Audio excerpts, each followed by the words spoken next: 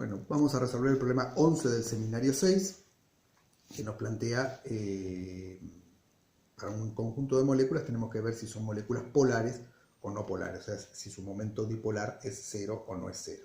Bien, vea, para lo cual tenemos que analizar que la polaridad de sus enlaces y luego ver si la suma vectorial de esos momentos dipolares va a ser 0 o no va a ser 0. Entonces tenemos que tener en cuenta la diferencia de electronegatividad entre los átomos que forman el enlace y también la geometría molecular. Bien, empecemos con la primera, tetrafluoruro de carbono.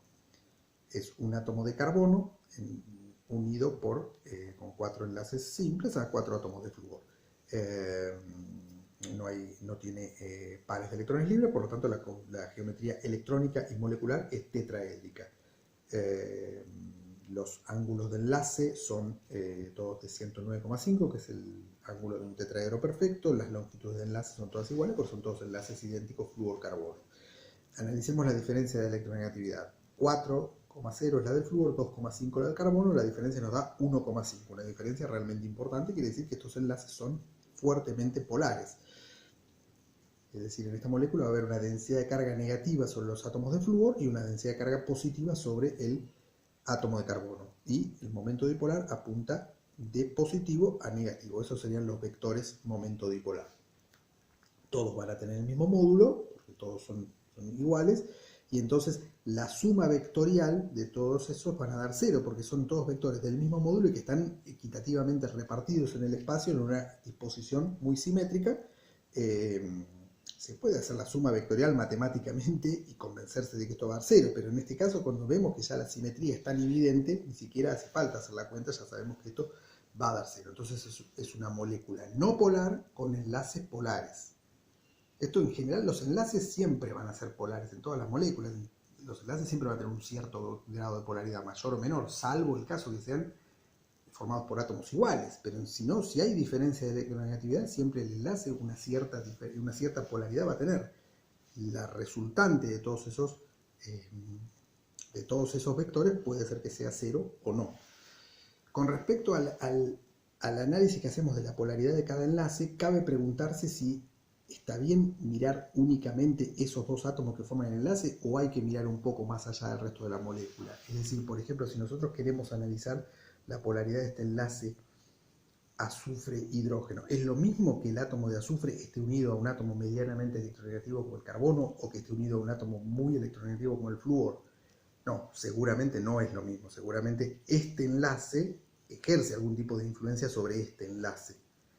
Pero en el tratamiento simplificado que estamos haciendo nosotros no lo vamos a considerar. Cuando queremos analizar, es como una primera aproximación lo que estamos haciendo, un tratamiento simplificado. Cuando queremos analizar la polaridad de un enlace, miramos solo los dos átomos de ese enlace. Bueno, vamos con la siguiente molécula, cloroformo, ¿sí? Triclorometano. Una molécula también, geometría electrónica y molecular tetraédrica, un átomo de carbono unido a 3 átomos de cloro y un átomo de hidrógeno. Analizamos los momentos dipolares de estos enlaces. La diferencia cloro-carbono de electronegatividad es 3 menos 2,5, 0,5. Y la de carbono-hidrógeno es 0,4. En este caso, en este enlace el más electronegativo es el cloro. En este enlace, carbono-hidrógeno, el más electronegativo es carbono. Entonces, los vectores momento dipolar van dirigidos de carbono a cloro y de hidrógeno a carbono. Entonces, es evidente que esta suma no se va a anular. Como vemos, la suma de estos tres enlaces, los carbono-cloro, va a dar una resultante hacia abajo que se suma con la otra, con el otro vector que también va para abajo. O sea, esto va a tener un momento dipolar en la dirección del enlace hidrógeno-carbono que va a apuntar hacia abajo.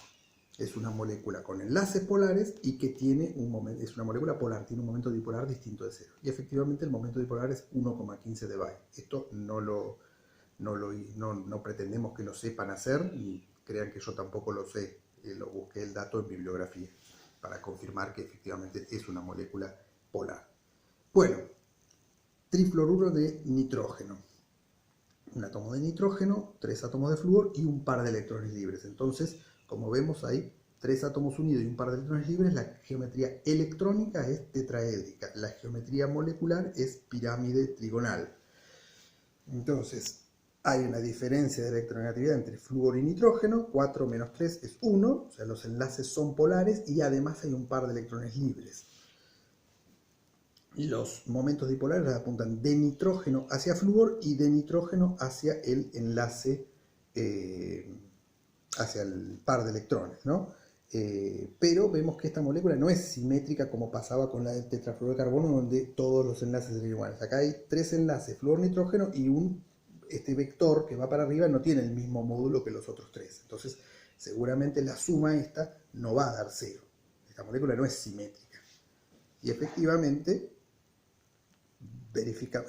ya podemos predecir que no va a ser polar y efectivamente después buscamos en bibliografía el valor y el momento dipolar tiene un valor quizás no muy grande, pero un valor distinto de 0, o sea, tiene una cierta polaridad la molécula. Seguimos con el monóxido de carbono. Bueno, acá este es el más fácil de analizar, es un solo enlace, hay una diferencia de electronegatividad entre oxígeno y carbono, es un enlace polar, molécula polar. Y por último, el disulfuro de carbono, que tiene, como vemos, una estructura electrónica similar a la del dióxido de carbono.